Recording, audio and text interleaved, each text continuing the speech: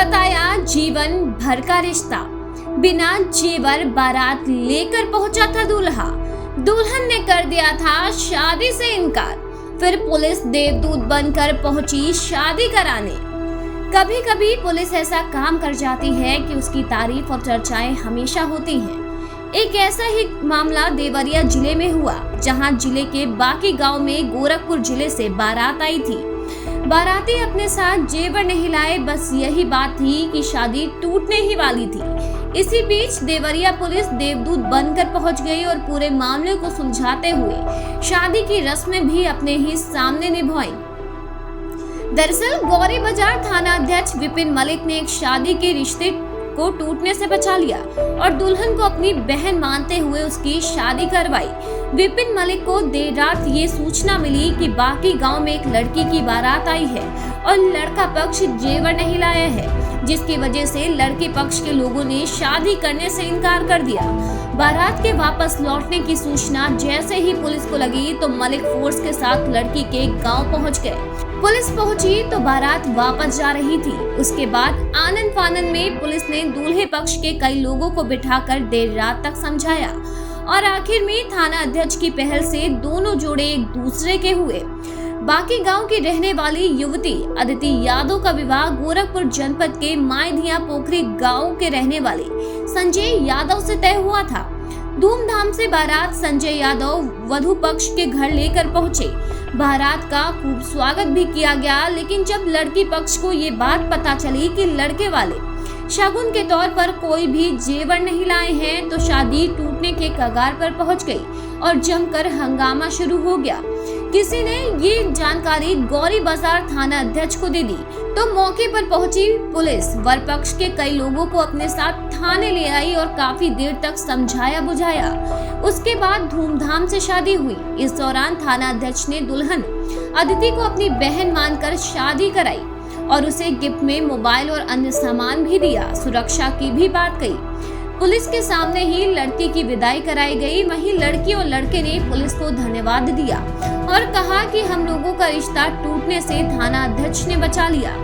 साथ ही एसओ विपिन मलिक ने कहा कि हमको ये जानकारी मिली थी कि एक बारात वापस जा रही है। मैं गांव में पहुंच गया और काफी मान मनोबल के बाद हमने शादी संपन्न कराई। अब पुलिस की तारीफ हर जगह हो रही है। इस स्टोरी पर आपकी क्या राय है, कमेंट के जरिए जरूर बताएं। शादी में समस्या ये आई थी कि मंगलसूत्र हम नहीं लाए थे और उसी के लिए लोग हल्ला करने लगे थे, सब लड़की के घर वाले। फिर क्या हुआ? फिर क्या हुआ, मैं बोला रुक जाइए 2 घंटे, हम शाम को मंगा देते हैं 2-3 घंटे। तो हमने मंगाया बाद में जी। तो उसके बाद वो लोग बोल रहे नहीं शादी नहीं होगी। तो उसके बाद एसओ साहब की गाड़ी आई तो एसओ साहब हम लोग को ले गए थाने पर, समझाएं और उनकी मदद से हमारी शादी जुड़ गई और उनको बहुत बहुत धन्यवाद। क्या हुआ? दहेज दिया गया था, बिको नहीं आया था, इसके वजह से टूट रहा था। एसओ ने बोले कि हम साथ दे रहे हैं, तुमको बहन मान रहा है, शादी कर लो, कोई तकलीफ होगा तो हम तुम्हारा साथ देंगे। उसके बाद से मोबाइल गिफ्ट दिए और कुछ नहीं, शादी हुआ है। बहुत धन्यवाद देना चाहती हूँ, सारे लोग को देना चाहती हूँ, सारे लोग के सपोर्ट से ही हुआ है। रात 2 बजे सूचना मिली ये दूल्हे पक्ष की तरफ से कि लड़की ने शादी करने से इनकार कर दिया है। वो बारात खाना खा के वापस चली गई है। इस सूचना पे मैं थाने फोर्स के एसएसआई महेंद्र मिश्रा के गांव में आया हूँ। यहाँ गांव है बाकी फुलवरिया, यहाँ लड़की के परिजन और लड़के के दोनों मौजूद थे। उनसे बातचीत की।